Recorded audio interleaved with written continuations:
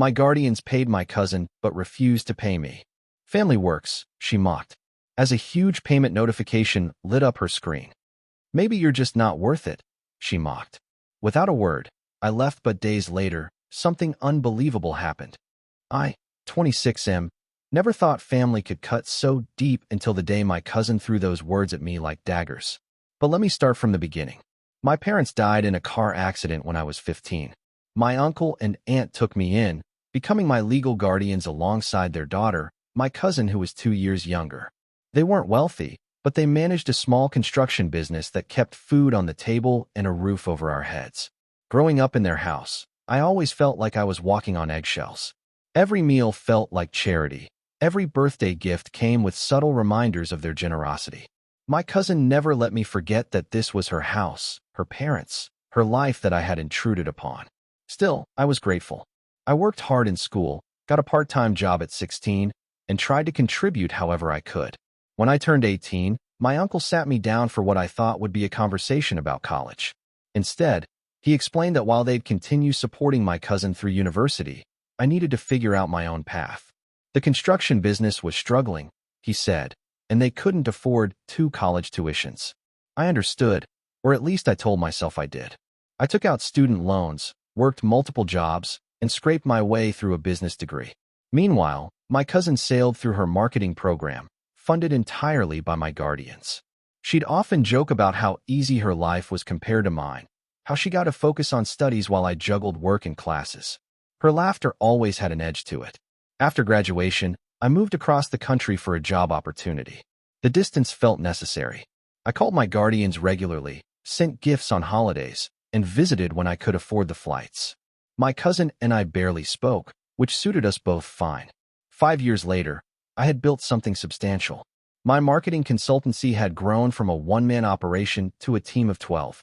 We specialized in digital transformation for small businesses, exactly the kind of work my uncle's construction company desperately needed. Their outdated website looked like it was built in 2005. Their social media presence was non-existent, and they were losing contracts to competitors who understood modern marketing. During my last visit home, I'd noticed how stressed my uncle looked. The business was hemorrhaging money, and he'd mentioned several times how they couldn't compete with younger companies. That's when I decided to help. I flew back home with a comprehensive proposal. I'd spent weeks developing a complete digital marketing strategy tailored specifically for their business. New website, social media campaigns, search engine optimization, client relationship management systems, targeted advertising, everything they needed to modernize and compete. My uncle's eyes lit up when I presented the plan. He understood immediately how this could transform their struggling business. We discussed implementation timelines, expected results, and the investment required. The total package would normally cost a client $60,000, but I offered to do it for $30,000, barely covering my team's costs and expenses. Then my cousin walked into the room. She'd been living at home since graduation, working part-time at a local boutique while figuring out her career path. When she heard about the marketing project, her demeanor shifted. She started asking pointed questions about why they needed to spend money on marketing, whether it was really necessary, if there were cheaper alternatives. My uncle seemed torn. He wanted the help, but my cousin's objections were clearly weighing on him. She suggested they could handle the marketing themselves, maybe take some online courses, save the money for more important things. I watched this dynamic unfold with growing unease. This was exactly the kind of help their business needed, and I was offering it at a massive discount. But my cousin's influence over her parents had always been strong. The next morning, my uncle called me aside. He looked uncomfortable as he explained that they'd decided to handle the marketing internally. My cousin had convinced them she could learn digital marketing and implement everything herself. They appreciated my offer, but they couldn't justify the expense right now. I felt the familiar sting of rejection, but I nodded and accepted their decision. Family dynamics were complicated, and I didn't want to push. But then my cousin approached me later that afternoon with a different request. She'd been offered a freelance marketing project for a local restaurant chain, her first real opportunity in her field. The problem was, she didn't have the skills or experience to deliver what they wanted. She needed help. She asked if I could essentially do the work for her while she took credit and payment. The project was worth $15,000, and she offered to split it with me, $7,500 each. She framed it as a family favor, a way for her to build her portfolio and reputation. Something about the situation felt wrong, but she was family. I agreed to help, with the understanding that this would be a one-time collaboration to get her started in her career. I spent the next 3 weeks working nights and weekends on her project. I developed the strategy, created the content, designed the campaigns, and built the implementation framework. She handled client communication and took credit for the work. The project was a massive success, exceeding all the client's expectations. My cousin received glowing testimonials and immediate referrals. Her career took off overnight, built entirely on work I'd done in the shadows. She paid me the agreed $7,500, but something felt hollow about the arrangement. Over the next 6 months, this pattern repeated. She'd land projects based on her growing reputation, then ask for my help to deliver them. Each time, she framed it as temporary assistance while she developed her skills. Each time, I did the bulk of the work while she took the credit and half the payment. I told myself this was helping family, that eventually she'd learn enough to handle projects independently. But deep down, I knew I was being used. The breaking point came during my most recent visit home. I'd been working on another project for my cousin, a comprehensive rebranding campaign for a regional retail chain worth $25,000. As usual, I was doing the strategic work while she managed client relations. I was in the living room, putting finishing touches on the campaign materials, when my cousin's phone buzzed with a payment notification. The client had just transferred the full $25,000 to her account. Her face lit up as she showed the notification to her parents. They congratulated her on landing such a significant client, praising her business acumen and success. My uncle mentioned how proud he was that she'd built such a thriving career so quickly. That's when the conversation took a turn that changed everything. My aunt brought up my earlier offer to help with their construction business marketing. She wondered aloud if they'd made the right decision turning it down, especially seeing how successful marketing could be. My cousin's response was swift and cutting. She reminded them that I'd wanted $30,000 for work she could do herself for free. She emphasized how family should help family without expecting payment, how real relatives don't charge each other for favors. Then she looked directly at me with a smile that didn't reach her eyes. She said that family works for family, and maybe the reason they'd chosen not to pay me was because they understood what real family loyalty looked like. The words hit like a physical blow.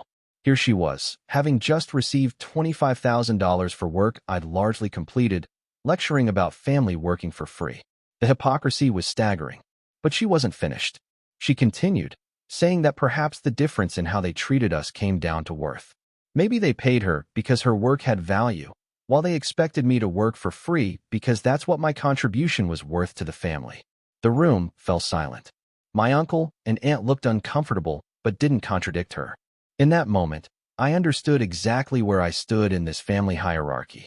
I was the charity case who should be grateful for any scraps thrown my way, while she was the golden child whose success they celebrated and rewarded.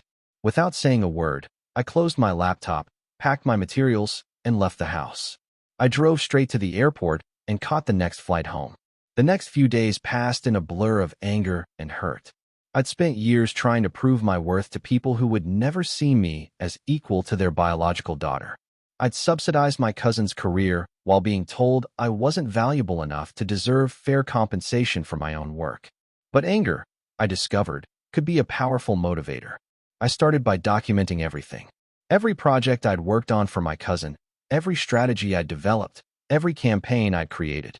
I had emails, file timestamps, draft versions showing my work process, and payment records showing the split arrangements. Then I reached out to her clients. I didn't approach this vindicatively. Instead, I positioned myself as an independent consultant who'd been collaborating with my cousin and was now available for direct engagement. I had portfolios of work I'd done, testimonials from my own clients, and a track record that spoke for itself. The response was immediate and overwhelming. 3 of her biggest clients reached out within days, interested in working directly with me. They'd been impressed with the quality of work delivered through my cousin, but were intrigued by the possibility of working with the actual strategist behind the campaigns. One client, the regional retail chain, was particularly interested. They were planning a major expansion and needed comprehensive marketing support. The project scope was enormous, a 6-month engagement worth $150,000. But the real revelation came during my conversation with the restaurant chain owner, my cousin's first major client. He mentioned how he'd initially been skeptical about hiring someone so young and inexperienced, but the quality of work had exceeded all expectations. He'd been recommending her to other business owners based on those results. When I explained my role in developing those campaigns, his tone shifted dramatically. He'd suspected that the initial work was too sophisticated for someone just starting their career, but he'd attributed it to natural talent. Learning that an experienced consultant had been behind the strategies made much more sense. He offered to serve as a reference for my independent work and mentioned several other business owners who might be interested in my services. Within 2 weeks of returning home, I had signed contracts worth over $200,000, all with clients who had previously worked with my cousin or been referred by her contacts. The beautiful irony wasn't lost on me. My cousin's success, built on my work, had created a network of satisfied clients who now wanted to work directly with the person actually responsible for their results. But the real satisfaction came 3 weeks later. I was reviewing contracts when my phone rang. It was my uncle, and his voice sounded strained. He explained that my cousin was in crisis. Her clients were leaving, taking their projects to a competitor who seemed to understand their needs better. Her income had dropped to almost nothing virtually overnight. She was panicking, he said, because she'd been depending on that revenue to support herself and help with household expenses. The family was struggling financially, and they'd been counting on her contributions. He asked if I knew what might have happened, if there was anything I could do to help. I listened quietly as he described their situation. The construction business was still struggling, my cousin's income had evaporated, and they were facing serious financial pressure. They needed help, and he wondered if my marketing expertise might be useful. I told him I'd think about it and call back. That evening, I drafted a comprehensive business proposal, not for charity work or family favors, but for a legitimate business engagement. I outlined exactly what their construction company needed: complete digital transformation, brand repositioning, marketing automation, and ongoing campaign management. The proposal was professional, detailed, and priced at full market rate, $75,000 for the complete package, with ongoing monthly retainer options. I also included a separate section addressing their immediate crisis. If they wanted help salvaging my cousin's marketing business, I could provide consulting services to help her develop actual skills and rebuild her client relationships. That would be an additional $30,000 engagement. The total investment would be over $100,000, but I provided detailed ROI projections showing how the marketing improvements could increase their construction revenue by 3 to 5 times that amount within 18 months. I sent the proposal with a note explaining that this represented the same level of professional service I provided to all my clients. Family relationships didn't change the value of expertise, and I'd learned that mixing family dynamics with business arrangements created problems for everyone involved. My uncle called the next day. His voice was different, more respectful, almost formal. He said they'd reviewed the proposal and were impressed with the comprehensive approach. However, the investment was beyond their current capabilities. He asked if there might be room for negotiation, perhaps some kind of family discount or payment plan arrangement. I explained that my pricing reflected the actual value of the services provided. I'd learned from experience that discounting work for family members created unrealistic expectations and damaged relationships. If they wanted professional marketing services, they needed to engage on professional terms. There was a long pause before he asked if I could recommend someone else who might provide similar services at a lower cost. I suggested they contact my cousin. After all, she'd been positioning herself as a marketing expert for months. Perhaps she could handle their needs internally, as she'd originally suggested. The conversation ended awkwardly, but I felt a sense of closure I hadn't expected. 2 months later, I received an unexpected call from my aunt. Her voice was subdued as she explained that they'd tried working with my cousin on their marketing, but the results had been disappointing. They'd also attempted to hire a cheaper local marketing company, but that relationship had ended badly when the company failed to deliver promised results. Their business was in worse shape than ever, and they were considering bankruptcy. She asked, almost pleadingly, if there was any way I might reconsider helping them. Not as a business arrangement, but as family. They understood now that they'd made mistakes in how they'd treated me, and they wanted to make things right. I listened to her explanation with mixed emotions. Part of me felt vindicated that they finally understood the value of what I'd offered. But another part felt genuinely sad about their situation. I told her I'd consider their request and get back to them. That night, I found myself thinking about the nature of family, worth, and forgiveness. These people had raised me when I had nowhere else to go. They'd provided shelter, food, and stability during the most vulnerable period of my life. That debt was real, even if their treatment of me had been imperfect. But I also thought about my cousin's words about worth, about family working for free, about the casual cruelty of her dismissal. I thought about years of feeling like a second-class family member, of having my contributions minimized and my value questioned.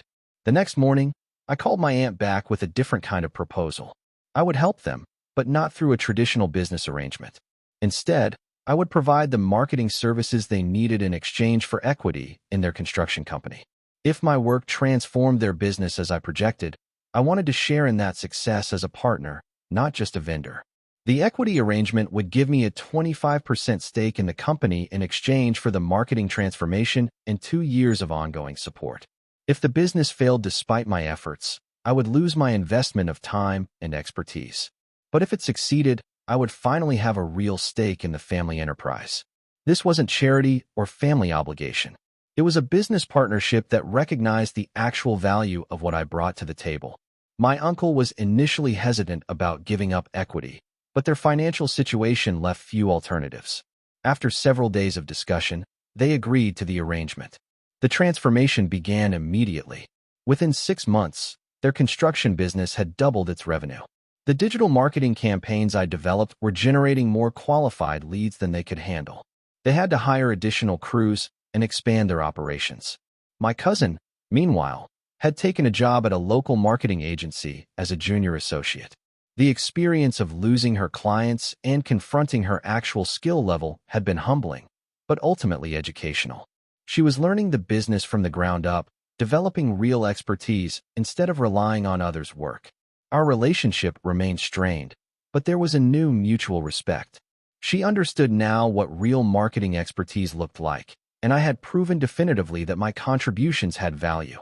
The equity arrangement transformed my relationship with my guardians as well.